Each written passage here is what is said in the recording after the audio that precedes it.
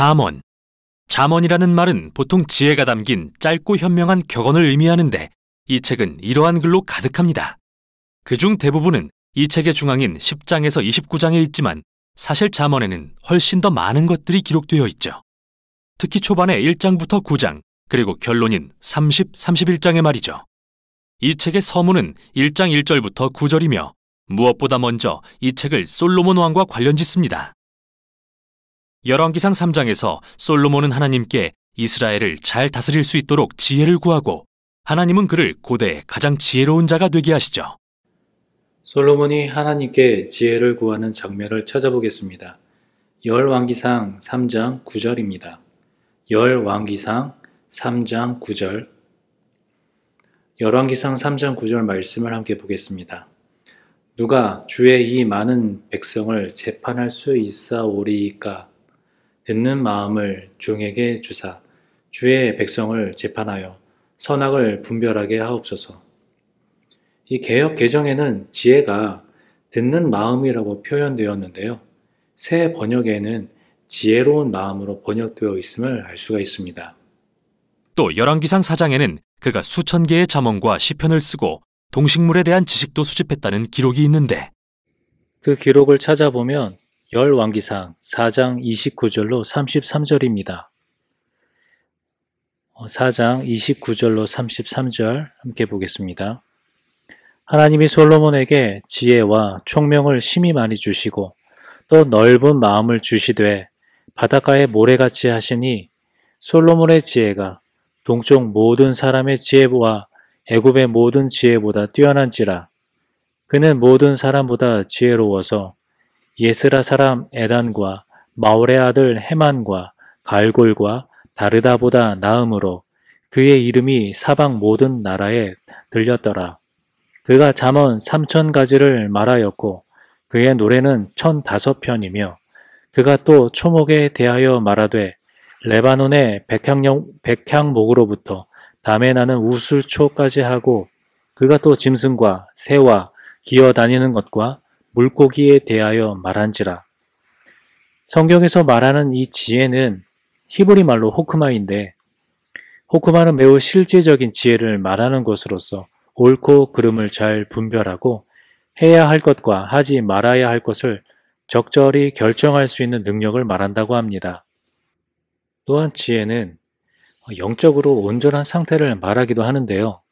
이는 가장 실제적인 능력은 자신과 하나님 간의 온전한 상태에서 나온다는 그런 의미에서 그렇습니다.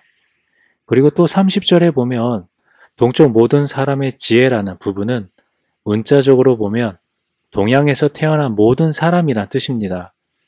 여기에서의 동양은 지금 현재 우리가 사용하는 그 동양과 그 의미가 좀 다른데요. 여기서 말하는 동양은 이스라엘 편에서 이스라엘 기준으로 본 동양을 말합니다.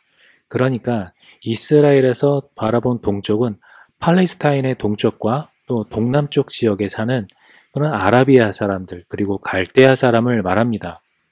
그리고 31절에 나오는 예스라 사람 에단과 마올의 아들 헤만과 갈골과 다르다. 이 사람들은 창세기와 역대상에 나오는 그 족보를 보면 유다와 다말의 아들인 세라의 후손들인 유다지파 사람들입니다. 이 사람들은 당시 사람들에게 문화와 예술에 있어서 뛰어난 지혜의 사람들로 정평이 난 사람들이었을 텐데요. 그러니까 솔로몬은 이 사람들보다 더 뛰어났다고 함으로써 솔로몬의 지혜가 모든 분야에 있어서 역사상 최고의 수준에 도달한 것을 보여주고 있음을 알 수가 있습니다.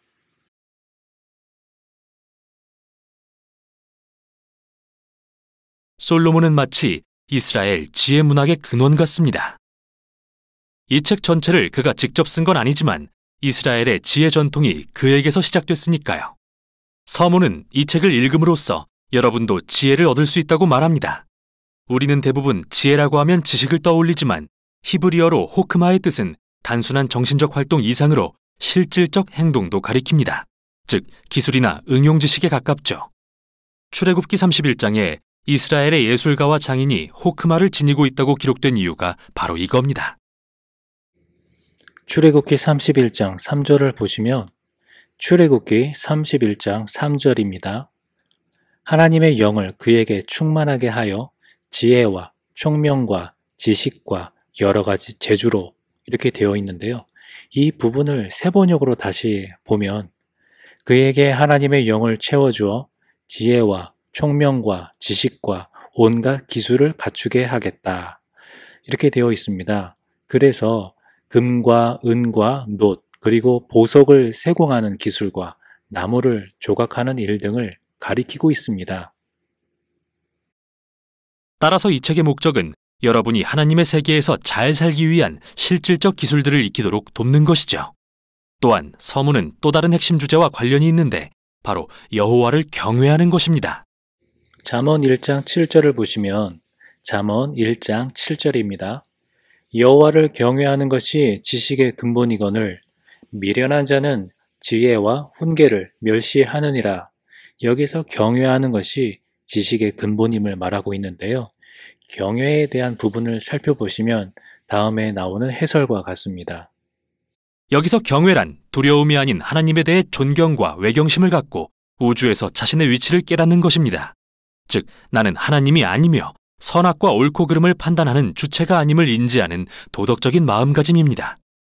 오히려 하나님 앞에서 자신을 낮춰 하나님이 정의하신 옳고 그름을 인정하는 것이죠. 설령 그게 마음에 들지 않을 때라도요. 이제 서문이 끝나고 본문 첫 부분인 1장부터 9장으로 넘어가는데요. 이 부분에도 짧은 한 줄짜리 격언은 없습니다. 오히려 아버지가 아들에게 주는 10가지 교훈이 담겨 있죠. 잠언 1장 8절을 살피면 1장 8절입니다. 내 아들아, 네 아비의 훈계를 들으며 네 어미의 법을 떠나지 말라. 이렇게 시작하면서 교훈을 시작하는데요. 그 내용에 대한 해설을 들어보도록 하겠습니다. 지혜의 소리를 듣는 법과 여호와를 경외하며 살아가는 방법을 가르칩니다. 즉, 선을 행하고 진실되며 관대하게 살 때 성공과 평안으로 인도하신다는 것을 말이죠. 또한 아버지는 아들에게 어리석고 악하며 바보 같은 결정을 하지 말라고 경고합니다. 이는 결국 이기심과 교만을 낳고 멸망과 수치로 이끌기 때문이죠.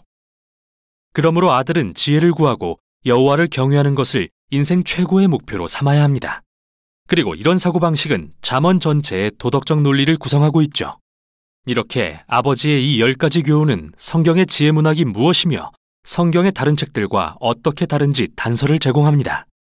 이 책은 하나님이 지으신 세상에서 잘 사는 법을 탐구하고 있지만 지혜란 모세가 시내산에서 받았던 율법과는 다르며 하나님이 백성에게 주시는 신성한 음성인 예언과도 다릅니다.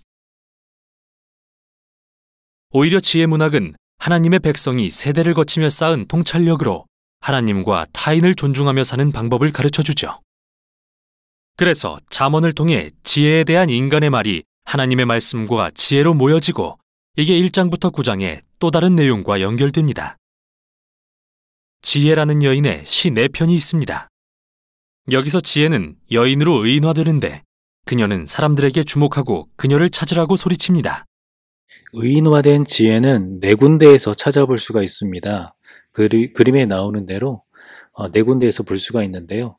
먼저 첫째로 1장 20절에서 21절까지만 보겠습니다.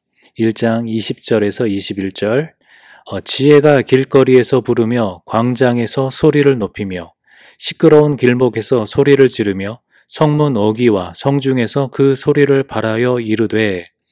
그리고 두 번째로는 3장 13절에서 또 볼 수가 있습니다.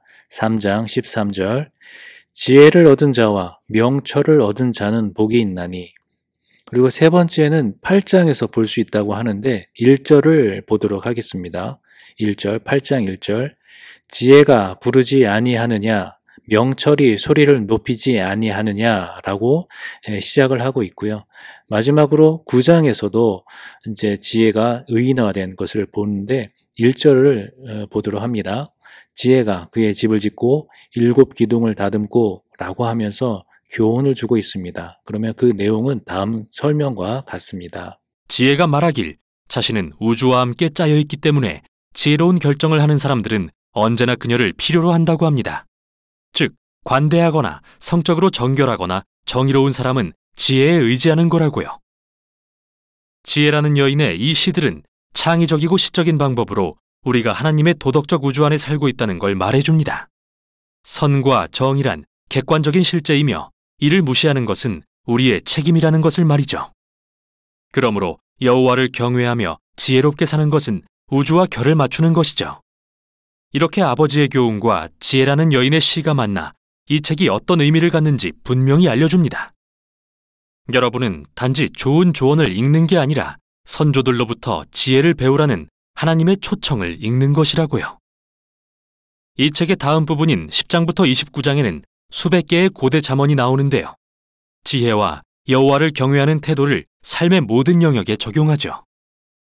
가족, 직장, 이웃, 우정, 성, 결혼, 재정, 분노, 용서, 술, 빚 등 모든 영역에요. 그리고 이 잠언들은 1장부터 9장의 가치체계로 걸러진 것들이며 한결같이 매우 짧고 기억하기에 쉬운 것들인데요.